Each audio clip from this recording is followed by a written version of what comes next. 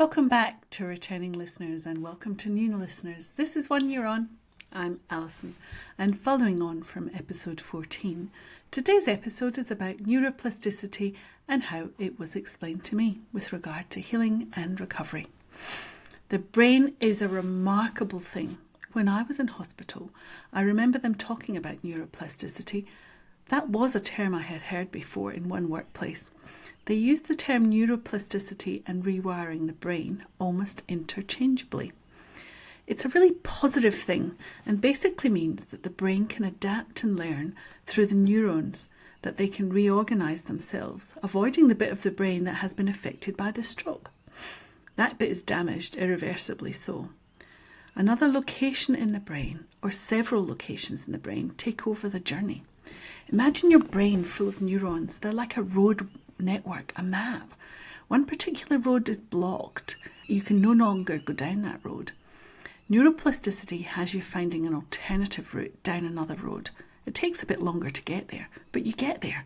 Except in the brain's case, the alternative road does not yet exist. In the roadmap case, you would just go down the different road. But in the brain's situation, the brain needs to map or lay down the path for the neuron to connect, bypassing the area that's damaged. That is just so cool. Tasks need to be repeated a lot for the wiring of the brain to be mapped or laid down for the complete wiring. The interesting thing is that this is what babies and young children do without even thinking. They are learning constantly. What they are doing is forming the neuron pathways. An adult will already have had a neuron pathway which has been damaged by the stroke, so they need to create a new neuron pathway. In all my readings, numbers like 100 trillion connections are being spoken of. I can't even get my head around 100 trillion. Now, this is all dependent on the type of stroke that you've had. If it's a hemorrhagic or the bleeds kind of stroke, or ischemic, the blood clot kind of stroke, and the location that the stroke occurred in and the severity of that stroke, everyone's neuroplasticity requirements will be totally different.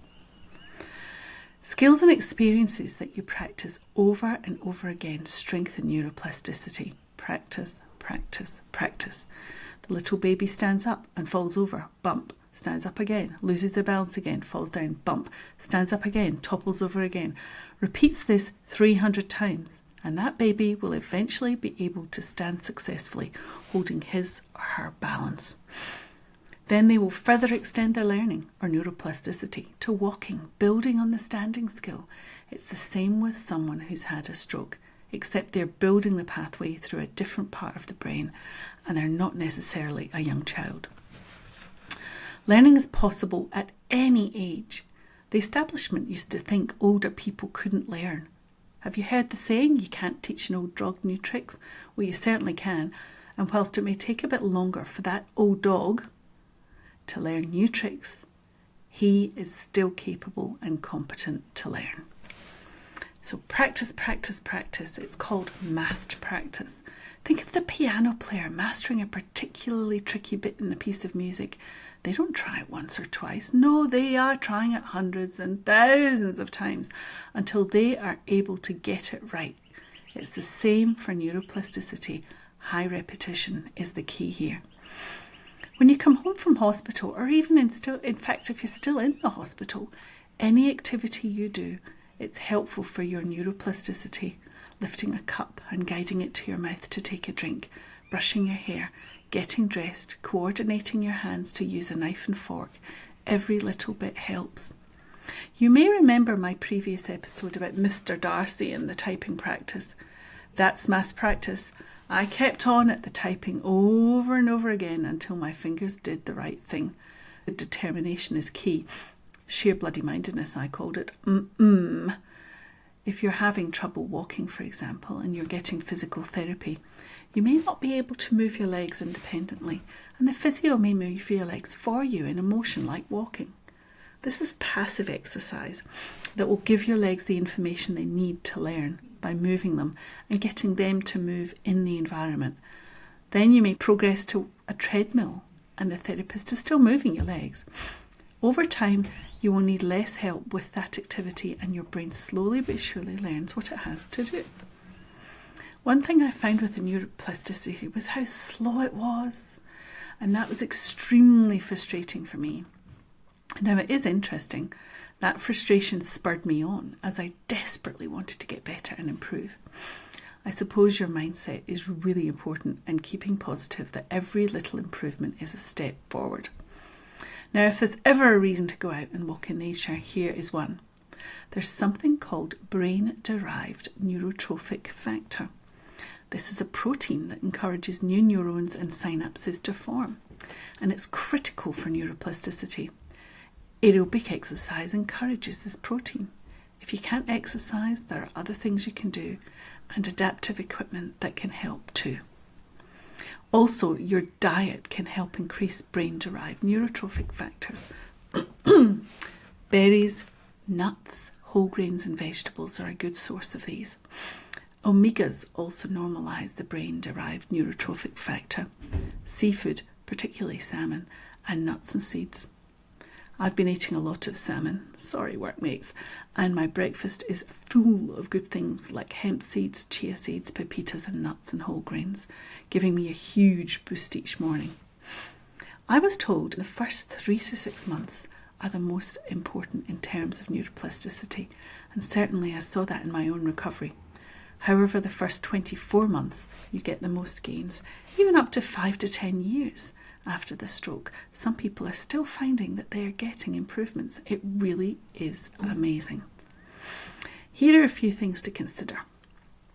Use it or lose it. If you don't practice, your skills get weaker. Use it and improve it. The skills we practice get better. Specificity. You must skillfully practice the skills that you want to improve. Repetition. We've already spoken about that. Intensity matters. This makes me laugh. And it brings to mind a game I was playing on one of my brain training apps called Train of Thought, where I ended up playing over 1,000 times in a short space of time as I was trying to level up. I kind of got addicted to it. Once I got to a certain point in that game, I'd reached a level of achievement that I considered acceptable, and my need to play it left me. It no longer mattered. Time matters. This is back to the thing about every little bit of work you do will make a difference as early as possible, right through to 5 years after your stroke. Salience matters. The skill that's being practiced needs to have meaning, relevance, or be important to you. Age matters. A younger person is more likely to improve faster, but as I mentioned, an older person can still improve and create neuroplasticity. Transference is an interesting one. Doing one skill can result in improvement of a related skill. Brushing your hair and holding a hairbrush can help with toothbrushing maybe. The gripping action of your hand might be similar. And the final thing to consider is interference. There's always a better or right way to do something, and sometimes it's easier to learn an easy way. A bad habit or compensation is not always a good thing. One thing that's important to talk about is the exhaustion that occurs with neuroplasticity. It's really fatiguing to build new neural pathways, so much so that you may find yourself sleeping a lot in the daytime. That should improve over time, and the time you need to spend sleeping will hopefully decrease. You may remember in an early episode I spoke of this when I was speaking about the brain training app Brain HQ, and how 10 minutes of doing that required an hour of sleep. I spent a lot of time on that couch asleep. That's a whistle-stop visit to neuroplasticity. Definitely not an exhaustive study of it. We could speak for hours on neuroplasticity, but hope this has helped a bit to understand what you can do to help yourself get better.